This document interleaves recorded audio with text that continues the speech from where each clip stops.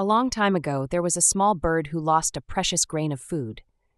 It got stuck deep inside the hollow of a massive ancient tree. This wasn't just any grain, it was the bird's only food for the winter. She flew around the tree in panic, calling out desperately for help, yet there was no response. The grain seemed unreachable, taunting her with its proximity. The bird's frustration mounted as the wind howled around her. Desperation took hold, and she knew that without that grain, she would not survive. She couldn't let it slip away. With her heart racing, the bird mustered up the courage to speak directly to the tree. "Return my grain to me," she cried, her voice trembling with anger. The tree, old and wise, responded with a low, almost mocking laugh. "Why should I give you your grain back? It's mine now," the tree sneered, its bark creaking as if to emphasize its power. The bird's feathers fluffed with indignation. How could the tree be so cruel? She had no choice now but to find another way to get her food back. But what could she do? The tree was too big, too powerful, or so she thought. In a fit of anger, the bird took flight, heading toward the nearest town. There, she sought out a carpenter, hoping he could help her with her problem. She told him, "Cut down the tree. It has taken my grain, and it won't return it." The carpenter blinked in disbelief, dropping the hammer he had been holding. "What are you saying?" he asked, his voice tinged with confusion. "Cut down a whole tree, just for one grain." He shook his head in disbelief. To him, it was a trivial matter. How could anyone want to destroy something so majestic for such a small thing? The bird felt the sting of his words, but was resolute. She would not back down. The bird's anger boiled over, and she left the carpenter's shop, determined to get what was rightfully hers.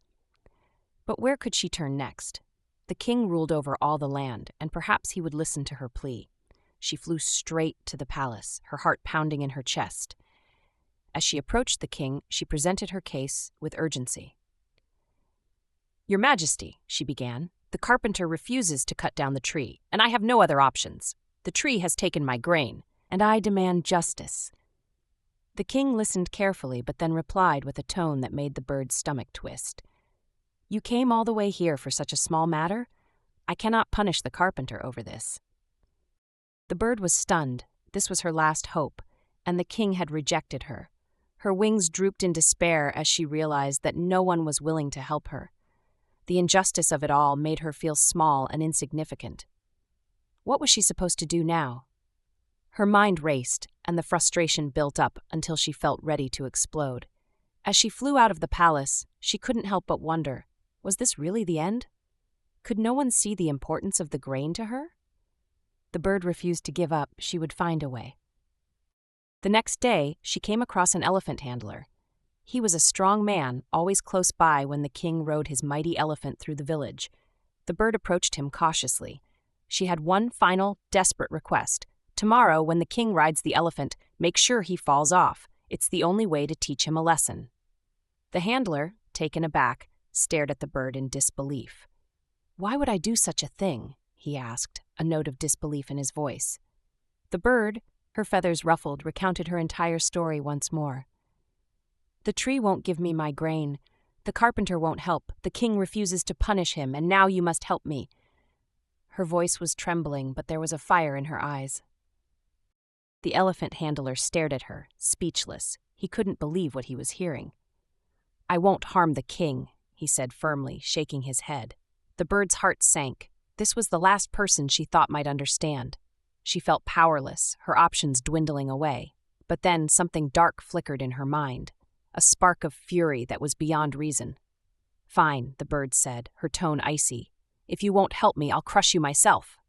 She flapped her wings angrily, her beak opening as if to demonstrate her threat. The handler's eyes widened in fear. He had never expected such ferocity from the tiny bird. The handler, his heart racing, knew he had to act fast. He turned and fled from the bird's threatening words, not wanting to face her wrath. As he made his way back to the elephant, the bird's voice echoed in his mind, her words like daggers. His fear propelled him forward. Desperation clouded his thoughts as he found himself running to the elephant's side. The elephant was restless, but the handler's nerves were even more frayed. The bird's anger was palpable, and he had no choice but to comply with her demand. There was no turning back now. The next morning, as the sun rose over the kingdom, the bird watched from a distance, her eyes locked onto the king's grand procession. She had done everything she could to manipulate the situation, and now the moment of truth was upon her. The elephant, magnificent and powerful, lumbered forward, its enormous size a symbol of the king's authority. The bird felt a shiver run down her spine. Everything depended on the elephant handler's next move. As the king climbed onto the elephant's back, the bird's heart pounded in her chest. Would the handler do his part? Would the king finally see the price of his neglect? The elephant handler stood by, his face tense, the weight of the bird's threat looming over him. He had no choice now but to make the decision that would change everything. The bird's plan was in motion. She had thought of every detail, every angle, and now all that was left was the final execution. She watched as the elephant moved forward, the ground shaking with each step. The handler's grip tightened on the reins, his eyes darting nervously between the majestic creature and the king. The moment of impact was almost here. Sweat dripped down his face as his hand trembled. Then, in a split second, the handler made his move. The elephant, agitated and nervous, jerked violently to the side. The king, caught off guard, lost his balance and was thrown from the saddle. He fell to the ground with a loud thud, his royal robes flying in every direction. For a moment there was silence. The onlookers gasped, their eyes wide in shock. The king lay motionless, the crowd too stunned to react. The bird, hidden in the shadows, felt a sense of triumph surge within her. It had worked. She had gotten what she wanted. The tree would finally be punished. But then the bird felt a strange tug at her conscience. As she watched the king, sprawled on the ground, she began to wonder if she had gone too far. Had the elephant handler truly understood the consequences of his actions? Had she manipulated him into betraying his king? The sight of the king, now slowly rising to his feet, filled the bird with an unexpected sense of doubt. This wasn't what she had envisioned. The victory she thought would feel so sweet now tasted bitter. Was this really the path to justice, or had she lost herself in her pursuit of vengeance? The king, groaning in pain, looked up at the elephant handler. His eyes burned with fury. "What have you done?" he bellowed. The handler, panic written across his face, stammered an apology, but the king's wrath was overwhelming. The crowd had already started to whisper among themselves, their eyes flicking nervously to the bird's hidden form. The king was a powerful man, and this humiliation would not go unanswered. He rose to his feet, his dignity still intact, but the anger in his gaze was unmistakable. He turned toward his guards. "Find out who is responsible for this," he ordered, his voice cold and filled with authority. The bird, hidden in the shadows, felt the weight of the king's gaze even though he couldn't see her. She knew that if the king found out she was behind this, she would face the consequences. Her heart raced as she considered her next move. Should she flee and disappear into the vast sky, or confront the king directly and risk everything? The bird had underestimated the king's ability to retaliate. What had started as a simple quest for justice had spiraled into something far more dangerous. She had made enemies, and now those enemies were closing in on her. As the elephant handler was swiftly escorted away by the guards, the bird's mind raced. The situation was spinning out of control.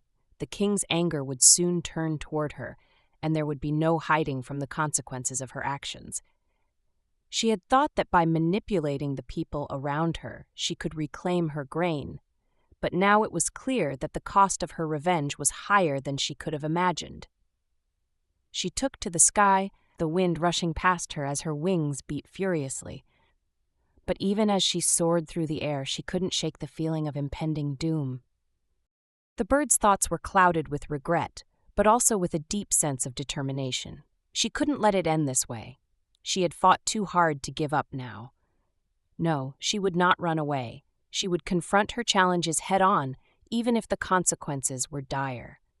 The journey she had started was far from over, and the bird, with all her strength and wit, would find a way to make things right again. As she looked down at the kingdom below, the bird felt a renewed sense of purpose. She was ready to face whatever came next, no matter how perilous it might be.